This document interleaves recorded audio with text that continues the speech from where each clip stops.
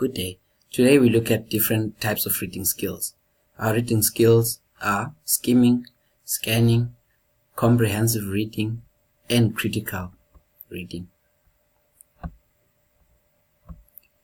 The first reading skill under discussion is skimming. What is skimming? Skimming is jumping from one place to another place within a text. It is not in-depth reading. One skims when they want to get an overview of a text. One skims when they are looking for extra sources for a longer writing.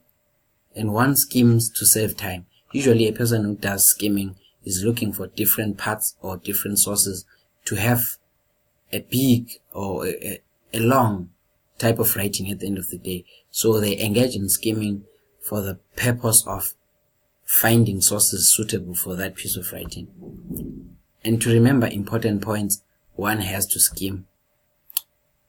And goes without saying, to improve one's research, one has to go on a skimming expedition, if I may say. So, skimming, you pick up important keys, you jot down repeated keywords, linking words, names, and numbers. Skimming techniques. You highlight repeated words.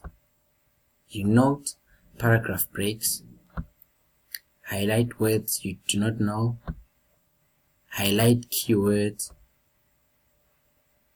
Examples of skimming. The newspaper.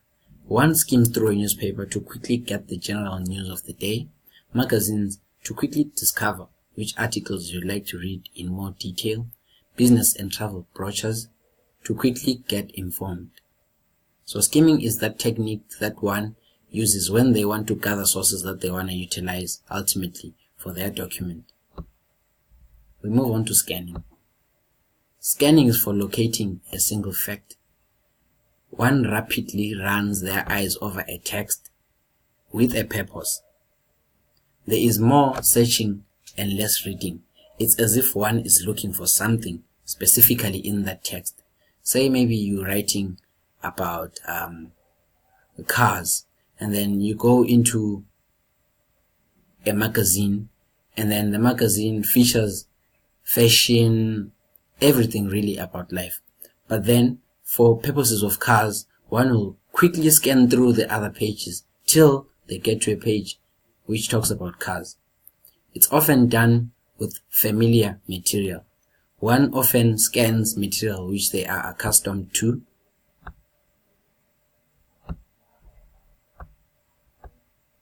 And there are basic steps to scanning. First, you read the question and search for keywords or ideas associated with the question. Secondly, eyes move quickly over page, flipping around the text, back and forth, up and down. And there is less reading and more searching.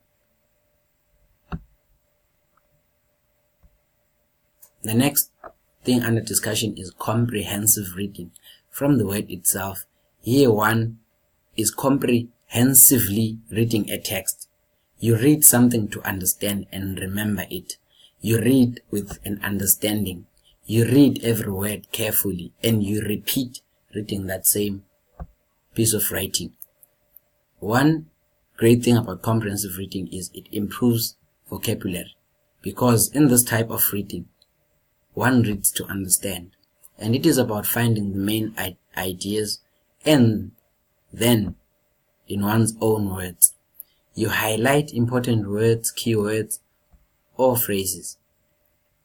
Comprehensive reading usually will be done by someone who is doing research. Here you read with an understanding. You are not searching, you are reading for the purpose of gaining knowledge and gaining ideas which one is going to dwell much on. We move on to critical reading. Most of one's university life is going to be premised on critical reading. One is going to do more of critical reading than the other reading. You will not be a passive audience nor a passive reader. You will read with the intention to critique or to find loopholes. The definition of critical reading is, it is a form of language analysis that does not take the given text at face value, but involves a deeper examination of the claims put forth, as well as the supporting points and possible counter-arguments. Here you distinguish between what is factual, what is speculation or an opinion, and irrelevant information. Facts are gathered in some formal way, such as through research. Opinions are usually what people believe about issues.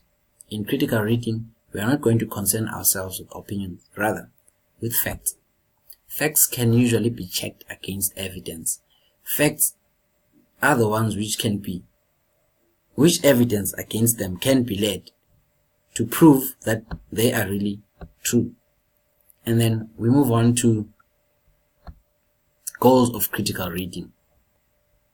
You critically read to recognize an author's purpose, to understand tone and persuasive elements, to recognize bias. And this marks the end of our lesson. We have managed to identify 4 types of reading skills, which first is our skimming. Skimming is the one that one does just to go through to find material that one is going to use, to identify material that one is going to use in their writing. We have scanning. Scanning, you are searching specifically for something, be it a number, be it a name, be it a date. And we have comprehensive reading, where there is in-depth reading. One reads to gain understanding. And we have finally critical reading, where one is not a passive reader, but rather the main aim is to critique and find bias in the writing which one is reading. Thank you.